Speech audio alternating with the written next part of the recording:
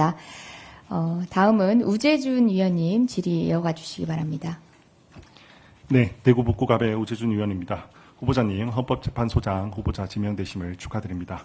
후보자님께서는 과거 대법관도 하셨고 이제 헌법재판관도 되시는 거잖아요. 네.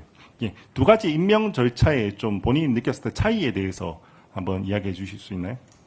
대법관은 국회 동의를 반드시 거치도록 되어 있습니다.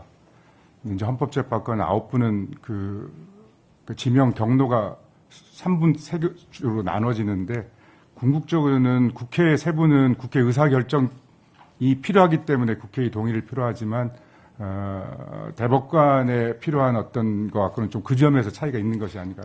PPT 한번 띄워주시겠습니까? 간략하게 제가 정리를 해봤습니다. 먼저 대법관 같은 경우는 대법관 추천위원회에서 3배수를 먼저 추리면요. 그 다음에 대법원장님께서 먼저 제청을 하시고 그 다음에 국회와 그 대통령의 지명을 동의를 받게 되어 있습니다. 이 과정에서 먼저 법원에서 먼저 추천을 하고 그 다음에 국회와 대통령 모두 동의를 얻는, 모두가 동의해야 되는 이런 절차를 좀 거치고 있습니다. 이에 반해서 헌법재판관 같은 경우는 이렇게 TO가 있습니다. 사실상 TO가 있어서 모두가 동의해야 되는 게 아니라 국회나 대통령께서 조금 의지를 가지시면 그냥 본인이 원하는 사람을 그냥 이렇게 지명할 수 있는 이런 구조가 되어 있습니다. 그죠? 왜 이렇게 헌법재판관하고 대법관은 조금 다르게 했다고 보시나요? 제가 공부하고 들은 바에 의하면 헌법재판소는 뭔가 헌법 자체의 광범위하고 추상적인 규정을 해석하는 데 있어서의 여러 가지 다양한 가치가 투영될 수 있으니 삼권 분립을 담당하는 국회 혹은 대통령, 대법원장 각자 입장에서 각각의 국가 작용을 정확하게 이해하는 사람을 3명을 모아놓으면 그런 의미에서의 어떤 종합적이고 못지않게 이런 게 하지 않을까라는 생각을 하는 것으로 못지않게 아마 대법원 같은 경우는 사법부의 독립성과 자율성을 좀 많이 존중한다는 취지가 있을 거고요. 반대로 헌법재판소 같은 경우는 일종의 정치적 사법기관이라고 우리가 하잖아요. 정치적 사법기관의 특성을 조금은 반영해서 이렇게 재판관 지명 절차가 되어 있다고 보입니다. 혹시 동의하십니까? 그런 면이 있다라고 저는 생각하고 있습니다. 그럼 반대로 그러면 헌법재판관 같은 경우는 좀 정치적 영향력에서 취약할 수도 있다라는 생각이 들지는 않으십니까?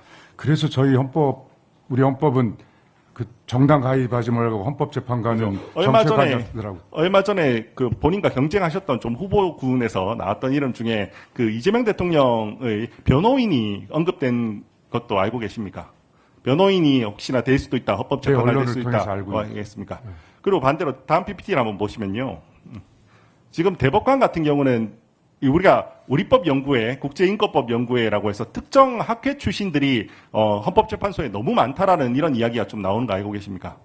늘 듣고 있었습니다. 예, 이것도 약간 정치적으로 이렇게 취약한 구조를 좀 보여주는 거 아닙니까?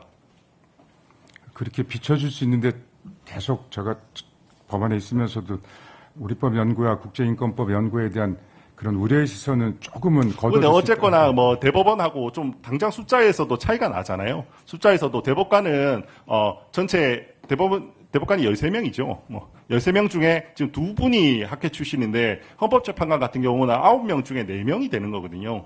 당장 이렇게 구성 비율에서도 차이가 좀 나지 않습니까? 이거는 일종의 정치적 편향성에 대한 우려가 있을 수 있는 거 아닙니까? 그런 점에 있어서 편향성의 우려.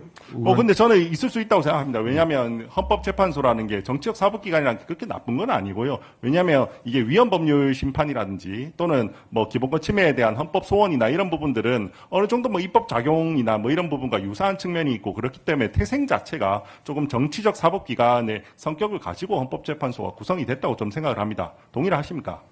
그 위원님 말씀 취지는 이해합니다만은 그 정치적 사법기관에 담고 있는 그 부정적 뉘앙스를 극복하기 위해서 하여간 재판관들이 그동안 꾸준히 노력을 하시는 건 알고 있지만 저는 제도에 대해서 여쭤보는 겁니다. 제도에 대해서 오늘 임명권에 대해서 제가 이렇게 여쭤봤잖아요. 사실 취약하다고 볼 수 있는 거 아닙니까? 정확하게 하여간 그런 우려가 있다는 점을 그러면 왜냐하면 맘먹고 이재명 대통령께서 뭐 이재명 대통령 아니더라도 다음 누군가 대통령이 정말 너무 자기만 원하는 사람을 지금은 선정할 수도 있는 구조 아닙니까 현재? 그 대통령이 지명권을 하려면 그렇게 할 수는 있잖아요. 지금 대법관하고는 조금 다르잖아요. 그죠? 지금 제도적으로는 그렇게 되어 있습니다. 그렇게 되어 있는 게 맞죠. 정치적으로 취약한 부분이 있는 게 맞죠. 취약하다 하지만 제도상으로는 취약한 부분이 있는 게 맞는 거잖아요. 이거를 왜 너무 그렇게 부인하시려고 하시는 거죠? 우리 위원님 말씀. 제가 그러면 최근에 4심제 논의가 나오는 걸 어떻게 생각하십니까? 저는 서면 질의 답변에서도 위원님 말씀드렸습니다마는 그러니까 법원의 재판에 대해서는 헌법소원을 허용하는 정책을 우리가 채택할지 여부에 대해서는 결국은 국민과 국회가 평가해야 될 문제이긴 합니다만 이 재판 소원이 들어가는 것이 실질적으로는 어떤 사심죄로 작동되는 어떤 부정적인 면도 장점과 함께 고려해서 결정해야 된다. 이런 정치적 사법기관이 대법원의 판결에 대해서 판단했을 때 우려가 되지 않습니까? 공정한 판단을 할 수 있다고 보십니까? 위원님이 말씀하신 취지는 있지만 헌법재판관 한 분 한 분은 정치적 관점에서 재판하는 것은 아니지 않습니까? 분명하게. 그래도요, 제도상 제가 묻는 겁니다. 왜냐하면 우리가 제도를 만들면 지금 사람들만 하는 게 아니라 향후에 수십 년, 수백 년을 갈 수 있는 거잖아요. 그러면 이걸 악용할 여지가 충분히 있는 거 아닙니까? 누군가 정치인이 자기의 재판에 대해서 연관되는 사람을 헌법재판관으로 임명할 수 있는 구조 아닙니까? 아까 전에 제가 말씀드렸잖아요. 이재명 대통령 같은 경우는 본인의 변호인을 재판관으로 임명한다는 그런 그 이야기도 나왔었잖아요. 물론 대신에 현실화되지는 않았습니다. 그런데 그런 것도 취약한 구조에 있는 거 아닙니까? 저는 두 가지 말씀드리고 싶습니다. 어쨌든 지금 헌법재판관 구성 방법이 갖고 있는 고유한 제도적 장점도 존재하는 거 있고요. 다만 그리고 시간이 없어서 제가 조금 말씀드리겠습니다. 죄송합니다. 그 본인께서 지금 후보자께서 만약에 소장으로 임명이 되시면 뭐 사심제가 되면 이재명 대통령의 판결까지도 할 수 있는 거 아닙니까? 그렇게 되면 할 가능성도 있는 거 아닙니까? 그러면 본인은 이재명 대통령께서 지명한 사람인데 그 판결에 대해서 국민들께서 공정하게 했다고 인식하시겠습니까? 믿을 수 있겠습니까? 저가 개인적으로 그 재판에 여러 가지 공정성이 의심이 된다면 피하든지 이렇게 조치를 취해야 되지 않을까 생각을 갖고 있습니다.